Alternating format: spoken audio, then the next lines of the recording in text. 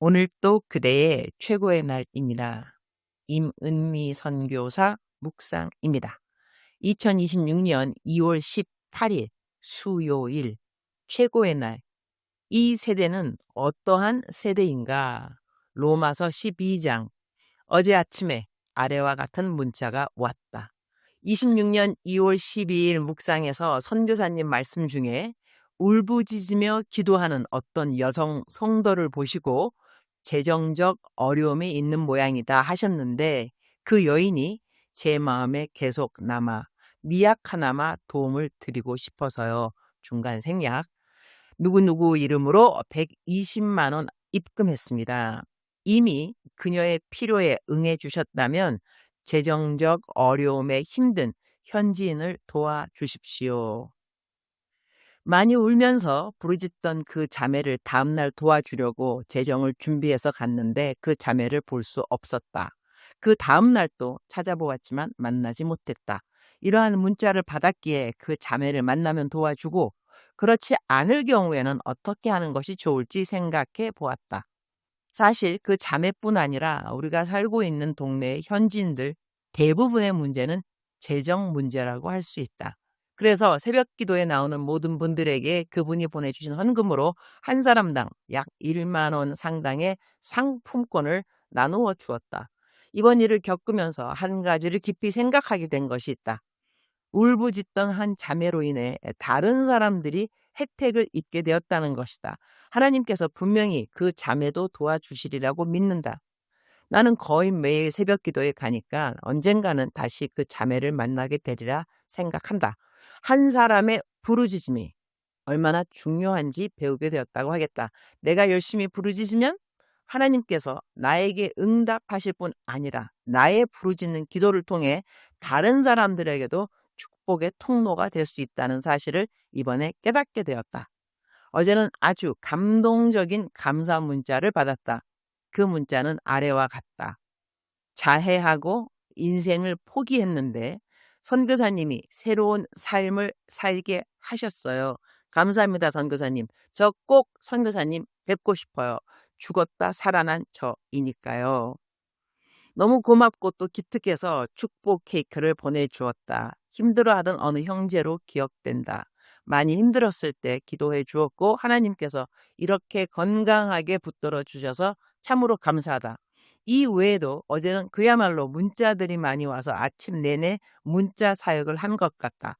감사한 것은 지난 한 해 동안 하나님께서 나를 그들에게 도움이 되는 통로로 사용해 주셨고, 문자 보낸 많은 분들이 하나님께 더 가까워졌다고 감사의 인사를 전해 주었다는 것이다. 그래서 어제는 참으로 감사한 하루였다. 이렇게 한 사람이라도 더 기도를 해주면 그 사람들의 삶에서 예수님을 더 뜨겁게 만날 수 있는 통로가 되어줄 수 있는 것이니 새해에는 더 많은 사람들을 위해서 기도해 주어야겠구나, 그런 생각을 했다.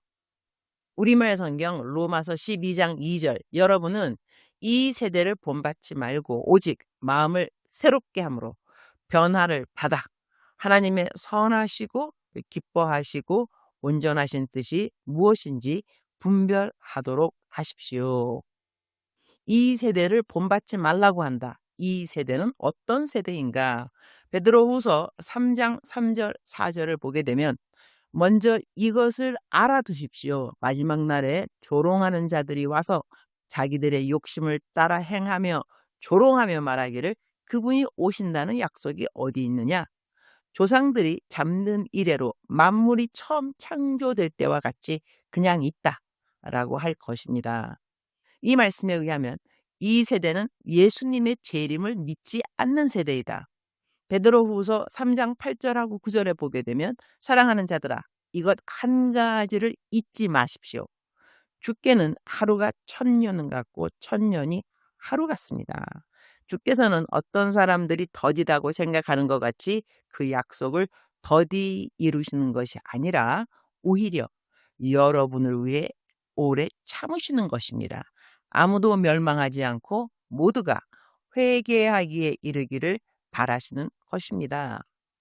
우리는 예수님이 언제 이 땅에 다시 오실지 아무도 모른다. 그러나 이 세대는 다시 오실 주님을 믿지 않기에 예수님이 다시는 오시지 않을 것처럼 자기 뜻대로 방탕하게 산다. 하지만 예수님의 재림을 믿는 사람들은 그렇게 살 수 없다. 그러면 어떻게 살아야 할 것인가? 베드로후서 3장 10절부터 14절까지 제가 읽겠습니다. 그러나 주의 날이 도둑같이 올 것입니다. 그 날에는 하늘이 큰 소리로 사라지고 물질이 뜨거운 불에 풀어지고 땅과 그 안에 있는 모든 일이 드러날 것입니다. 이 모든 것이 이렇게 풀어질 것이니 여러분은 어떠한 사람이 되어야 하겠습니까? 거룩한 행실과 경건함으로 하나님의 날이 임하기를 바라보고 간절히 사모하십시오. 그날에 하늘이 불에 타서 풀어지고 물질이 뜨거운 불에 녹아질 것입니다. 그러나 우리는 그분의 약속대로 의가 거하는 새 하늘과 새 땅을 기다리고 있습니다. 그러므로 사랑하는 자들아, 여러분은 이런 것들을 기다리고 있으니 흠도 없고 점도 없이 평강 가운데서 그분 앞에 나타나도록 힘쓰십시오. 주님, 오늘 또 최고의 날입니다. 성경에서 말씀하시는 이 세대를 본받지 말라는 구절과 함께 오늘은 특별히 예수님의 재림을 생각해 보았습니다. 예수님의 재림을 믿지 않는 세대를 본받지 않으려면 우리는 더욱 경건해야 하고 더욱 거룩해야 하며 흠도 없고 점도 없이 그리스도의 평강 가운데 나타나기를 힘써야 할 것입니다. 흠과 점은 남들이 쉽게 보지 못하는 삶의 영역일지도 모릅니다. 겉으로는 경건해 볼 수 있습니다. 그러나 아무도 나를 보지 않을 때 나는 어떤 사람인가, 어디를 가는가, 무엇을 마시는가, 무엇을 생각하는가, 무엇을 보는가, Who am I? When no one looks at me, where do I go? What do I watch? What do I drink? What do I think? Who am I when no one looks at me? 이 모든 것이 중요합니다. 예수님의 재림을 사모하는 사람은 은밀한 자리에서의 삶이 다를 것입니다. 사람의 눈이 아니라 주님의 눈을 의식하며 사는 삶일 것입니다. 오늘은 제가 케냐로 돌아왔기 때문에 오랜만에 교역자님들과 함께 성경 공부가 있습니다. 오늘부터 다니엘서를 공부하기로 했습니다. 재림과 종말을 준비하는 삶의 태도를 함께 배우는 시간이 될 것이라고 믿습니다. 저희가 이 세대를 본받지 않게 하시고 마음을 새롭게 하여 하나님의 뜻을 분별하게 하여 주옵소서. 예수님의 재림을 조롱하는 세대를 따르지 않게 하시고 오히려 그날을 사모하며 준비하는 자들이 되게 하여 주옵소서.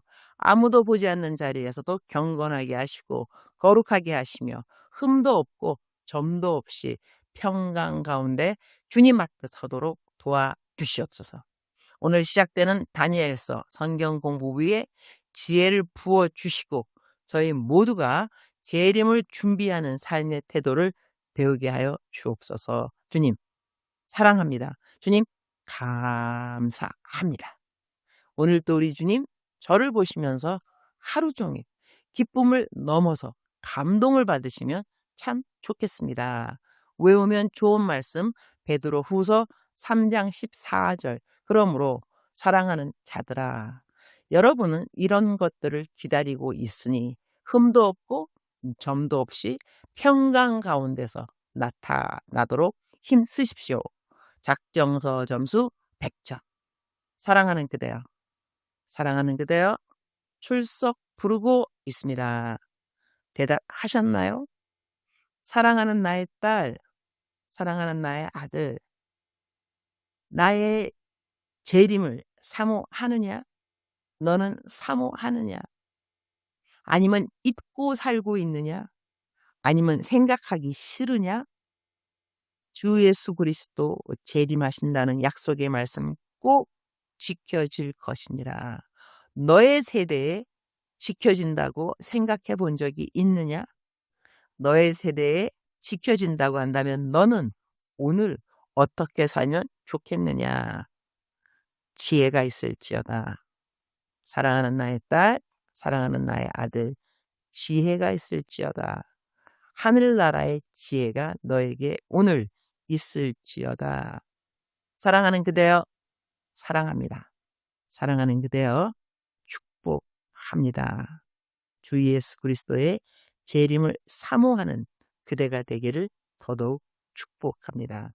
오늘 또 그대의 최고의 날입니다.